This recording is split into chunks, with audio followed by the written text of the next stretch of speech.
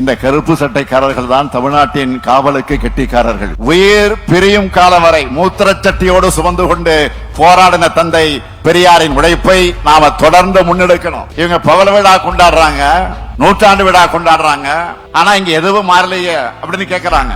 அவங்களுடைய கேள்வியில் இருக்கிறது அக்கறை இல்ல, ஆணவம். ஆயிரம் ஆண்டுகளா நாங்க உருவாக்கின கட்டமைப்பை உங்களால உடைக்க முடியல பாருங்க என்று சவால்.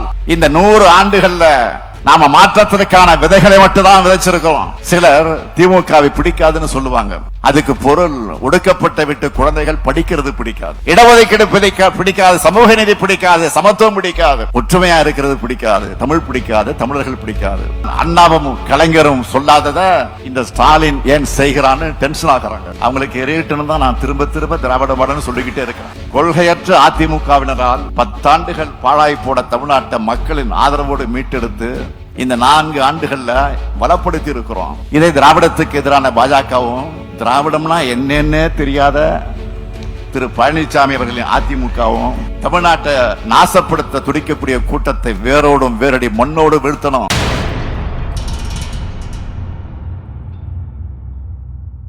சுயமரியாதை இயக்கத்தினுடைய 100ஆண்டு விழா, திராவிடர் கழகத்தினுடைய மாநில மாநாடு ஆக எழுச்சியோடு நடைபெற்றுக் கொண்டிருக்கிறது. இந்த விழாவில கலந்து கொண்டு உரையாற்றக்கூடிய வாய்ப்பை பெற்றமைக்கு திராவிட முன்னேற்ற கழகத்தினுடைய தலைவராக மட்டுமல்ல, தமிழ்நாட்டினுடைய மாண்புமிகு முதலமைச்சராக மட்டுமல்ல, மானமிகு சுயமரியாதைக்காரன் என்ற உணர்வோடு பங்கெடுப்பதில் நான் மிகுந்த மகிழ்ச்சி அடைகிறேன், பெருமை அடைகிறேன். சுயமரியாதை இயக்கத்தினுடைய தொடர்ச்சி. திராவிடர் கழகம் என்றால் திராவிடர் கழகத்தினுடைய நீட்சிதான் திராவிட முன்னேற்ற கழகம். இன்று தமிழ்நாட்டோட உரிமைகளை, தமிழர்களின் சுயமரியாதை, பகுத்தறிவு, சமூக நீதி சிந்தனை உள்ளிட்டவற்றை நாம் பாதுகாக்கிறோம் என்றால்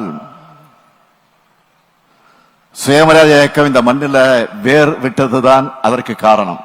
தமிழ்நாடு முழுக்க இருந்து குடும்பமாக வந்திருக்கக்கூடிய இந்த கருப்பு சட்டைக்காரர்கள் தான் தமிழ்நாட்டின் காவலுக்கு கெட்டிக்காரர்கள். பகுத்தறிவு சிந்தனையும் சுயமரியாதை உணர்வு கொண்ட ஒரு கருப்பு சட்டைக்காரர் ஒரு ஊரையே முன்னோக்கி இழுத்துச் செல்லும் ஆற்றல் பெற்றவர். திராவிடர் கழகத்தினுடைய உழைப்பு விலை மதிப்பில்லாதது, பலன் எதிர்பாராதது.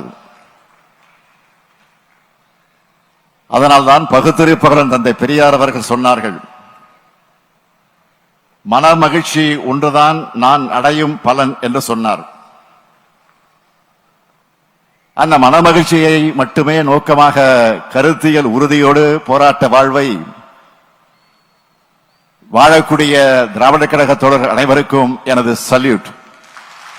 அதிலேயும்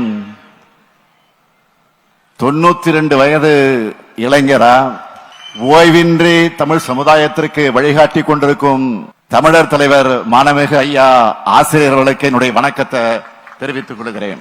தமிழினத்தின் மேன்மைக்காக உழைச்சுக்கிட்டு வரும் அவருடைய ஒப்பற்ற தியாக வாழ்வை போற்றும் விதமாதான் நம்ம திராவிட மாடல் அரசுல மானமிகு ஐயா அவர்களுக்கு தகைசால் தமிழர் விருது வழங்கி இருக்கிறோம். தமிழர் தலைவர் கலைஞர் அவர்களும் இனமான பேராசிரியர் பெருந்தகை அவர்களும் நிறைவுற்ற பின்னர் என்னை வழிநடத்தும் நல் ஆசிரியர் தான் நம்முடைய தகைசால் தமிழர் ஆசிரியர் ஐயா அவர்கள். அதனால்தான் திராவிட முன்னேற்ற கழகம் செல்ல வேண்டிய பாதையை பெரியார் திடல்தான் தீர்மானிக்குதுன்னு நெஞ்சே நிமிர்த்தி சொன்னேன். திமுக உருவானவது பேரறிஞர் அண்ணா அவர்கள் தான் சொன்னார். திமுக தோன்றிவிட்டது திகாவுக்கு எதிராக அல்ல, திராவிடர் கழகத்தின் கொள்கைகளை மேலும் வலிமையாக்க, அரசியல் களத்தை செயல்படுத்துவதற்கும் தான் தோன்றி தனமாக இருக்கக்கூடியவர்களுக்கெல்லாம் பாடம் புகட்ட, ஆக அந்த உணர்வோடு செயல்படுத்துவதற்குத்தான் தோன்றி இருக்கிறது என்று சொன்னார். தந்தை பெரியார் அவர்கள் பகுத்தறிவு பரப்புரையை மேற்கொண்டு வீதிகள் வந்தப்போ சிலர் செருப்பு வீசினாங்க, கல் வீசினாங்க, ஏன் கத்தி கூட வீசினாங்க. ஆனா இன்னைக்கு பெரியாரின் சிந்தனை ஆக்ஸ்போர்ட் பல்கலைக்கழகத்தில் போற்றப்படுது. அந்த கருத்தரங்கத்தில் கலந்து கொண்டு பகுத்தறிவு தந்தை பெரியாரின் படத்தை திறந்து வச்சு நான் பூரிப்படைஞ்சேன். இது பெரியாருடைய சிந்தனைக்கும் திராவிட கழகத்தோட கொள்கைக்கும் கிடைச்ச மதிப்பு, மரியாதை. பெரியார் உலகமயம் ஆகணும், உலக பெரியார் மயம் ஆகணும்னு நாள்தோறும் உழைக்கக்கூடிய மாணவிக ஆசிரியர்களுடைய உழைப்புக்கு கிடைச்ச பலன். இந்த இனம் சுயமரியாதை உணர்வை பெற்று பகுத்தறிவு சிந்தனை பெற்று முன்னேறி வந்துவிட்டதா என்று உயிர் பிரியும் காலம் வரை மூத்திரச்சட்டியோடு சுமந்து கொண்டு போராடின தந்தை பெரியாரின் உழைப்பை நாம தொடர்ந்து முன்னெடுக்கணும். மானமும் அறிவும் உள்ள மக்களா நாம தொடர்ந்து நடைபோடணும். தான் வாழும் காலத்திலேயே தன்னுடைய சிந்தனைகள் செயல் வடிவம் பெறுவதை பார்க்கும் வாய்ப்பு தந்தை பெரியாருக்கு தான் கிடைச்சது. பேரறிஞர் அண்ணா அவர்கள் சுயமரியாதை திருமண சட்டத்தை இயற்றினார். தலைவர் கலைஞர் அவர்கள் அனைத்து சாதியினரும் அர்ச்சகராகலாம் என்ற சட்ட அங்கீகாரம் வழங்கினார். அதோட நீட்சியாகத்தான் சமூக நீதிக்கான இடஒதுக்கீடுகள், மகளிர் முன்னேற்றத்திற்கான திட்டங்கள் ஏராளமானவற்றை தொடர்ந்து செய்து கொண்டிருக்கிறோம். இங்கு கூடியிருக்கக்கூடிய கருஞ்சட்டை பட்டாளமே, தமிழ்நாட்டின் இளைஞர் கூட்டமே, மாணவிக ஆசிரியரை பாருங்கள். 92 வயது அவருக்கு. இந்த வயதிலும் நாள்தோறும் எழுதுகிறார், ஊர் ஊராக சென்று பரப்புரை செய்கிறார், அறிக்கைகளால் அவதூறுகளுக்கு பதிலடி தருகிறார். போராட்ட களங்கள்ல முதல் மனிதரா முன்னாடி நிற்கிறார். நடந்தால் பீடு நடை, பேசினால் வீர நடை என்று வாழும் அவரிடமிருந்து நாம் இன்னும் இன்னும் கற்றுக்கொள்ள வேண்டும். ஆசிரியர் ஐயா அவர்களே, தலைவர் கலைஞரையும் தந்தை பெரியாரையும் கடந்த பெருவாழ்வை நீங்க வாழணும். ஓய்வெடுத்துங்க என்று நான் சொல்ல மாட்டேன். பணிகளை செய்ய நாங்களும் இருக்கிறோம், உங்கள் பணிச்சுமையை குறைச்சிக்குங்கன்னு மட்டும்தான் கேட்கிறேன். ஒரு காலத்துல திராவிட இயக்கத்துடைய வரலாற்றை சொல்லும் அறிவு கருவூலமாக தந்தை பெரியாரின் சிந்தனைகளையும் அறிவு செல்வத்தையும் உலகத்தின் கவனத்தை இருக்கக்கூடிய வகையில கொண்டு செல்ல திருச்சி சிறகனூர்ல உருவாக்கிட்டு வர பெரியார் உலகம் மிக சிறப்பாக உருவாக வேண்டும் என்று நம்ம மாணவிக ஆசிரியர் அவர்கள் எப்படியெல்லாம் கவனத்தோடு உழைச்சுக்கிட்டு வர்றாருன்னு எனக்கு தெரியும். நம்ம அரசு அவருக்கு தகைசால் தமிழர் விருதோட தந்த பணத்தை கூட அவர் பெரியார் உலகத்துக்கு தான் தந்திருக்கதாக சொன்னார். மிக பிரம்மாண்டமாக உருவாக்கிட்டு வர பெரியார் உலகத்துக்கு திராவிட முன்னேற்ற கழகத்தின் சார்பில் பங்களிக்காம இருக்க முடியுமா? எனவே மீண்டும் சொல்லுகிறேன், நீங்க உருவாக்கி கொண்டிருக்கக்கூடிய பெரியார் உலகத்திற்கு திராவிட முன்னேற்ற கழகம் பங்களிக்காமல் இருக்க முடியுமா? எனவே என்னோட 1 மாத சம்பளத்தை பெரியார் உலகத்துக்காக கொடுக்கலாம் என முடிவெடுத்தேன். இதை பற்றி கழகத்தினுடைய பொதுச் செயலாளர் துரைமுருகன் அவர்களிடத்தில், பொருளாளர் நம்முடைய TR பாலு அவர்களிடத்தில்,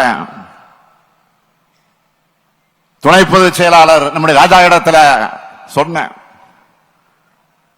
உடனே அவங்க நம்ம இன்னைக்கு வளர்ந்து ஆளாகி மரியாதையோடு நிற்கிறத ஐயா பெரியாரால தான். நீங்கள் அறிவியுங்கள், திமுகவோட 126 எம்எல்ஏக்கள், மக்களவை மாநிலங்களை சார்ந்திருக்கக்கூடிய 31 எம்பிக்கள் ஆகியோட 1 மாத சம்பளத்தை சேர்த்து கொடுப்போம்னு சொன்னாங்க. எங்க எல்லாரோட 1 மாத சம்பளம் சுமார் 1.5 கோடி ரூபாய். அந்த பணத்தை பெரியார் உலகத்துக்கு மகிழ்ச்சியோடு நன்றி உணர்வோடு கொடுக்கிறதுல நாங்க எல்லாரும் பெருமை அடைகிறோம் ஐயா, பெருமை அடைகிறோம் ஐயா. மாணவிக ஆசிரியர் அவர்கள் இந்த மாநாட்டில நல்ல பல தீர்மானங்களை வடித்து தந்திருக்கிறார். நான் மாணவிக ஆசிரியர்களுக்கு சொல்லிக் கொள்வது, இதுக்கான பரப்புரைகளை நீங்க சமூக களத்தில் செய்யுங்க. மக்களின் ஆதரவை பெற்ற ஆட்சியை பயன்படுத்தி இவற்றை சட்டங்களாக, விதிமுறைகளாக, நெறிமுறைகளாக மாற்றும் பணிகளை திராவிட முன்னேற்ற கழகம் பார்த்துக் கொள்ளும்.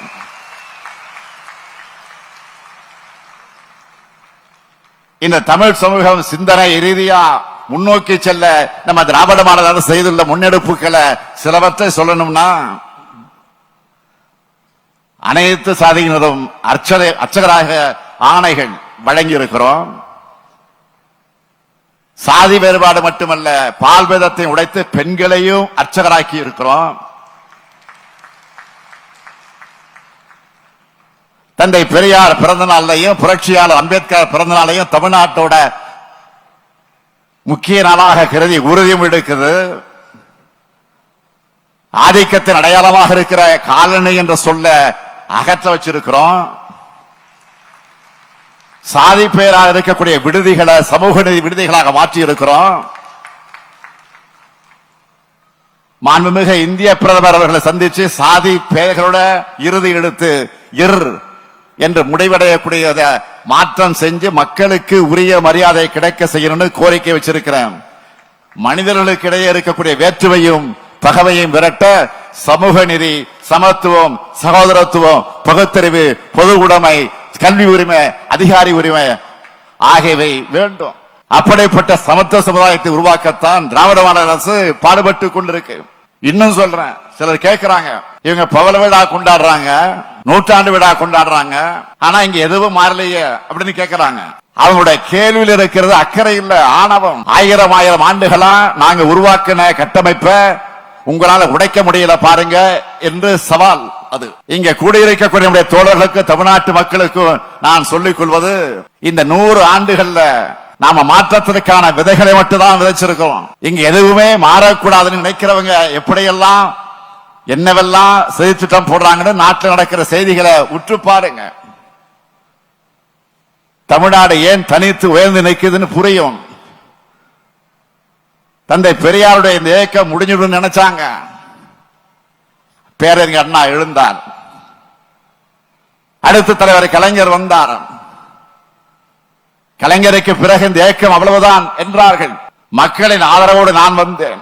என்னை பற்றி என்னென்னவோ பொய்களை எல்லாம் பரப்பி பார்த்தாங்க, இப்பவும் பரப்புறாங்க. நான் எப்பவும் போல என்னுடைய செயல்களால மட்டுமே பதிலடி கொடுத்து கொண்டிருக்கிறேன். இந்த இயக்கத்துடைய கொள்கைகள் தமிழர்களுடைய ரத்தத்தில் கலந்திருக்கக்கூடிய கொள்கைகள், கடைசி தமிழர்களை மூச்சு இருக்கும் வரை, அவர் உயிரில் சுயமரியாதை உணவு இருக்கும் வரை, எப்பேற்பட்ட எதிரிகள் வந்தாலும் இந்த இனம் சளைக்காமல் போராடும். சிலர் திமுகவை பிடிக்காதுன்னு சொல்லுவாங்க.